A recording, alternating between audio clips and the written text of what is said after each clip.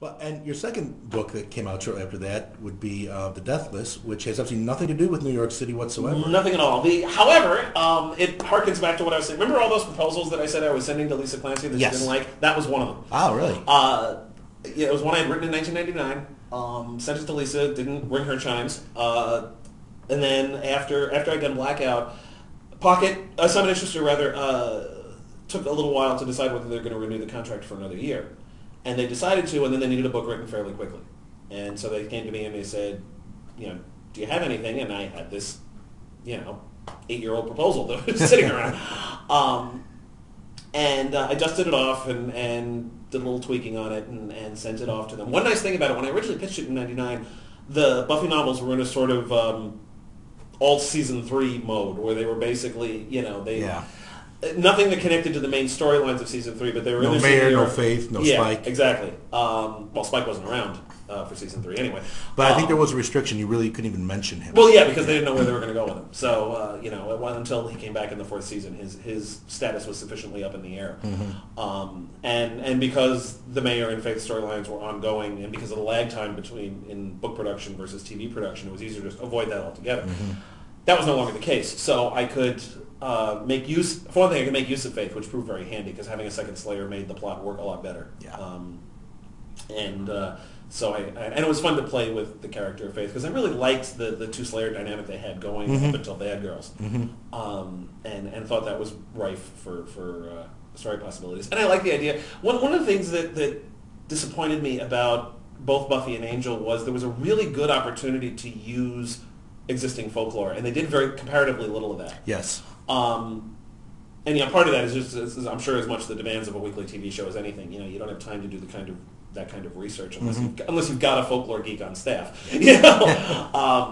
So Joss Whedon specifically, I remember at Comic-Con in San Diego in 1998, he specifically said his method was to stick a horn on it and give it to history, which I loved. I thought that was a great way, and it worked. It's not like it was a bad thing, but I thought that there were opportunities there that were missed. So I wanted to specifically do something involving a folklore that the readers might not necessarily be familiar with. I was married for 8 years to a Russian woman.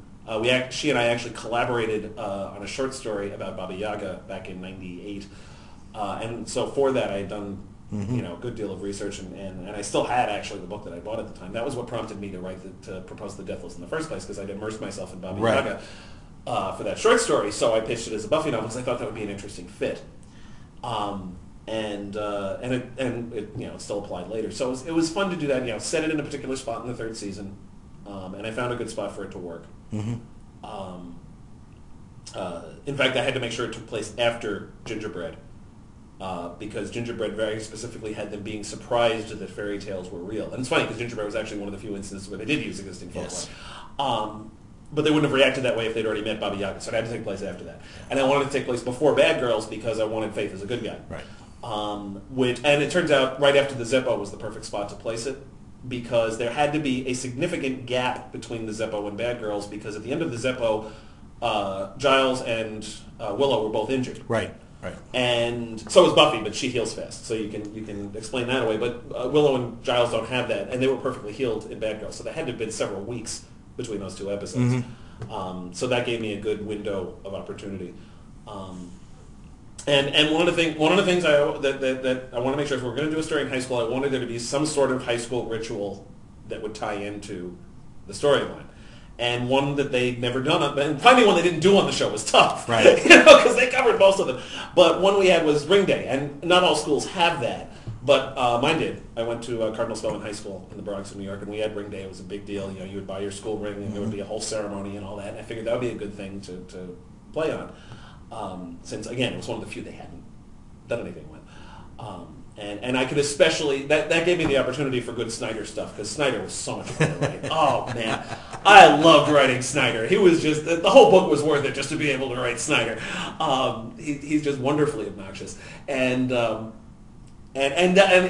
could see him, doing everything he could, basically insulting his way toward getting kids to buy their rings. So that was a good opportunity too, and I tried to bring in as many of the supporting characters as I could to just give it the feel of that that 3rd season. Yeah, well, it definitely it reads comfortably in terms of the entire season story. I mean, it doesn't feel shoehorned in the way some stories can. Yeah. I mean, you definitely found the voices of the characters and you put it in at a good spot in the storyline, so things came together nicely. And I think the real shame is that you did your books in the last stages of when Pocket was still publishing. Yeah. And yeah, mine was sadly the third from the last book. Yeah, So yeah. We'd love to have seen more from you. The sales weren't enough to warrant it.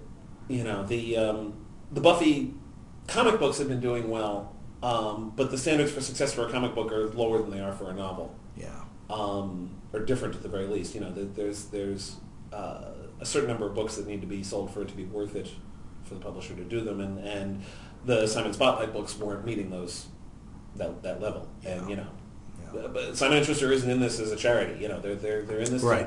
You know, if they don't feel they're going to make enough of a profit on it, they're not going to do it, and they weren't. So, for whatever reason. So, I mean, it would be great if somebody else picked up the license. And I know there was one publisher who was interested, but that was like a year and a half ago, and I haven't heard anything new. So. Well, I'm hopeful with the success of the comic. I'm really that's hoping just they'll do it. Because of that, there might be a market for it, but it would. There are a lot of circumstances that depend on it, right? And especially in this economy now, that it's a much tougher choice because the publishers are being very careful about what they do, and doing a book line based on a canceled TV show that has already been discontinued by one publisher is a risk they may not be willing to take. Yeah. You know, and that's just simple economics, unfortunately. You know. Well, here's hoping someone's risky and crazy. Let's hope. So, Keith, thank you so much for doing this, and I look forward to speaking with you again, and enjoy the rest of the con. Thank you.